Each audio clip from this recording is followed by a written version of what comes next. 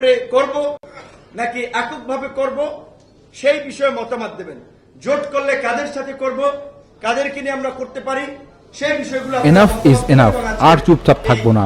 নূর, যথেষ্ট হয়েছে, আমরা আর চুপচাপ থাকবো না। গত 6 মাসে গণহত্যার সঙ্গে জড়িতদের অল্প কয়েকজনকে গ্রেপ্তার করা হয়েছে। আহতদের চিকিৎসার বিষয়ে ব্যবস্থা নিয়ে স্বাস্থ্য মন্ত্রণালয়কে সংবাদ সম্মেলন করে আহতদের অবস্থা বলতে হবে এবং আহত ও নিহতদের ক্যাটাগরির ব্যাপারে যে বৈষম্য করা হয়েছে তা সংশোধন করতে হবে। গত 6 মাস বিভিন্ন কমিটির যৌক্তিক দাবি দেওয়া আমলে নেওয়া হয়নি।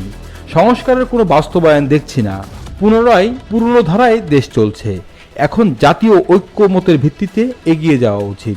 শুক্রবার রাজধানীর কাকরাইলে আইডিবি মিলনায়তনে গণ অধিকার পরিষদের বর্ধিত সভায় এসব কথা বলেছেন গণ অধিকার পরিষদের সভাপতি নুরুল হক নূর।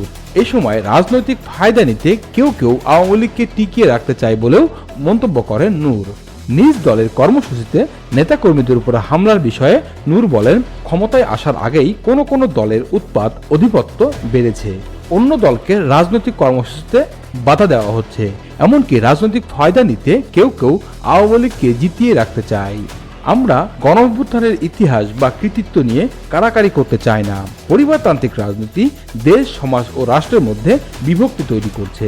তিনি ছাত্র রাজনীতির কথা উল্লেখ করে বলেন, ছাত্র প্রতিনিধিরা যদি ছাত্র অবস্থায় ডিসিএসপিদের সঙ্গে নিয়োগ নিয়ে ডিল করে তাহলে একটি চাঁদাবাজ প্রজন্ম তৈরি হবে। গণ অধিকারের ব্যানার ব্যবহার করে কেউ অনৈতিক ফায়দা নিতে চাইলে তার বিরুদ্ধে ব্যবস্থা নেওয়া হবে। জাতীয় নির্বাচনের আগে স্থানীয় নির্বাচনের তাগিদ দিয়ে নুরুল হক নূর বলেন, জাতীয় নির্বাচনে 300 আসনে লড়বে গণ অধিকার পরিষদ।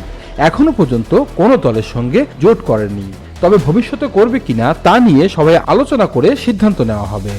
গণ অভ্যুত্থানের আগে আমরা সংখ্যানুপাতিক পদ্ধতির নির্বাচনের কথা বলেছিলাম। আগামী নির্বাচন আনুপাতিক হারে হতে হবে। এই দাবি নিয়ে প্রয়োজনে রাস্তায় নেমে দাবি আদায় করা হবে বলেও হুঁশিয়ারি দেন তিনি। তারপরে আপনারা মতামত দেওয়ার সুযোগ পাবেন এবং আমরা বলেছি জাস্ট শেষ 1 ঘন্টা আমাদের কিছু কেন্দ্রীয় নেতৃবৃন্দ আবার বলবে। সর্বশেষ আমার বক্তব্য হচ্ছে যে আমরা যে দুটো কর্মসূচি করেছিলাম, 5ই ফেব্রুয়ারি স্মারকলিপি প্রদান, 19 ফেব্রুয়ারি জেলায় জেলায় বিক্ষোভ। এখানে রাজনৈতিক কারণে ফায়দা নেওয়ার জন্য কেউ কেউ আওয়ামী লীগকে রাজনীতিতে স্পেস দিতে চাচ্ছে, আওয়ামী লীগকে জিয়ে রাখতে চাচ্ছে। দেখেন, একটা অভিযোগ করেছিল বোধহয়, এটা কিছুই না, যে কেউ আন্তর্জাতিক আদালতে অভিযোগ করতে পারে। অভিযোগ গৃহীত হবে কিনা, হইলে এটার বিষয় কি হবে, এগুলো পরের চ্যাপ্টার। যেখানে জাতিসংঘ পরিষ্কারভাবে বলছে যে গত সরকারের বাহিনী সুপরিকল্পিতভাবে গণহত্যা চালিয়েছে, নাগরিকদের মানবাধিকার থেকে শুরু করে মৌলিক অধিকার চরমভাবে লঙ্ঘিত করেছে। সেখানে গণহত্যা থেকে আর শেখ হাসিনা এবং আওয়ামী লীগকে সেভ করার কোন রাস্তা নাই। গণহত্যাকারী দল হিসেবে আওয়ামী লীগের রাজনীতি অবশ্যই নিষিদ্ধ করতে হবে, কিন্তু অনেকে চায় যে তাদের প্রতিদ্বন্দ্বী হিসেবে রাজনীতিতে আওয়ামী লীগ থাকুক, তাহলে তারা ফায়দাটা নিতে পারবে। আমাদের পরিষ্কার কথা, এই যে অভিযোগ দিয়েছিল সেখানে এই 8 জনের মধ্যে আমাদেরও নাম দিয়েছে। কারণ এইটা তো সবাই জানে যে এই গণ আন্দোলনের এবং এই ছাত্র যুবক তরুণদেরকে 18 সাল থেকে আজকে পর্যন্ত নিয়ে আসা, আজকে যারা অনেকে উপদেষ্টা হয়েছেন, অনেকে গুরুত্বপূর্ণ দায়িত্বে আছেন, তাদের প্রত্যেকেই চেনেন। তাদের বাসা ভাড়াটাও আমরা অনেকে দিয়েছি। আমি আমার বাপের জায়গা তুমি বেচে দেয়নি, আপনারাই দিয়েছেন, আমাদের নেতা কর্মী শুভাকাঙ্ক্ষীরা দিয়েছে। সেটা দিয়ে আমরা দল পরিচালনা করেছি এবং এখনো করছি। তো এই ঢাকা বিশ্ববিদ্যালয়ে আমাদের ছাত্র নেতৃবৃন্দ যারা প্রতিকূল সময়ে একটা পরিবর্তনের জন্য সাহস নিয়ে আমাদের সাথে এসেছিল। চাঙ্কারপুল 2টা বাসা ভাড়া থাকতো, জানেন কিনা আমি জানি না। পরে চালাই 2টা বাসা ভাড়া 45,000 দিতে পারি না, পরে একটা দিয়েই চালাইতাম। ওই বাতিটা জ্বালাই রাখছিলাম বিধায় আজকে একটা আলোকিত একটা শুধু ঢাকায় না, রাজশাহী বিশ্ববিদ্যালয় থেকে জাহাঙ্গীরনগর অনেক জায়গায় আমরা আজকে যে ছাত্র নেতৃবৃন্দ নেতৃত্ব পর্যায়ে, আলহামদুলিল্লাহ এটা আমাদের সন্তুষ্টির জায়গা যে অনেকেই আমাদের হাত ধরে রাজনীতিতে এসেছে, রাজনীতি শিখেছে।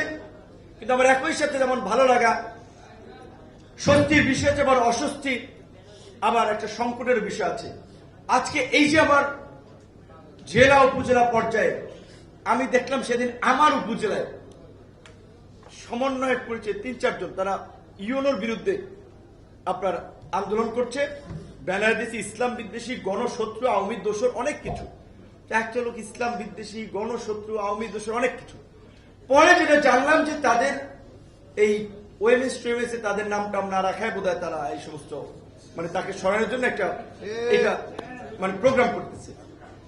অনেক জেলার এসপি এবং ডিসি, অন্যান্য রাজনৈতিক দল অনেকেই বলে, কিছু ছাত্র নেতৃবৃন্দ আবার সমন্বয়ক পরিচয়ে একেবারে জেলার ডিসি অফিস, এসপি অফিস থেকে শুরু করে বন্দর, সচিবালয়, সব জায়গায় আবার একটা উৎপাত এবং আধিক্য দেখাচ্ছে।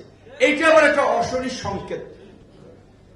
কারণ ছাত্র নেতৃবৃন্দ যদি পড়াশোনা শেষ করার আগেই সে যদি জেলায় কনস্টেবল নিয়োগের জন্য এসপির সাথে ডিলিং এ বসে ওই অসৎ প্রক্রিয়ায় জড়ায় যায়, ডিসির সাথে ওই টেন্ডার, এই ওএমএস, এইটার মধ্যে জড়ায় যায় ছাত্র অবস্থায়, তাহলে এই ছাত্ররা যখন আগামী দিনের নাগরিক হবে একটা অসৎ ধান্দাবাজ প্রজন্ম হিসেবে গড়ে উঠবে।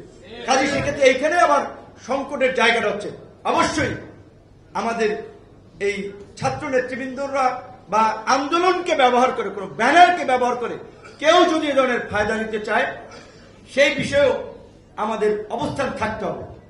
এই বৈষম্য বিরোধী আন্দোলন কিংবা এই গণ অভ্যুত্থান কোন রাজনৈতিক দলের নেতৃত্বে বা কোন স্পেসিফিক আইডিওলজির মানুষের দ্বারা হয়নি। দল মত নির্বিশেষে দেশের আপামর জনসাধারণের ত্যাগ এবং সংগ্রামের ফলে আজকের এই পরিবর্তন হয়েছে। আবারও সেই গণ অভ্যুত্থানের আত্মত্যাগকারী এবং সংগ্রামী জনতাকে সশ্রদ্ধ সালাম জানিয়ে আমার আজকের বক্তব্য এইখানে শেষ করছি।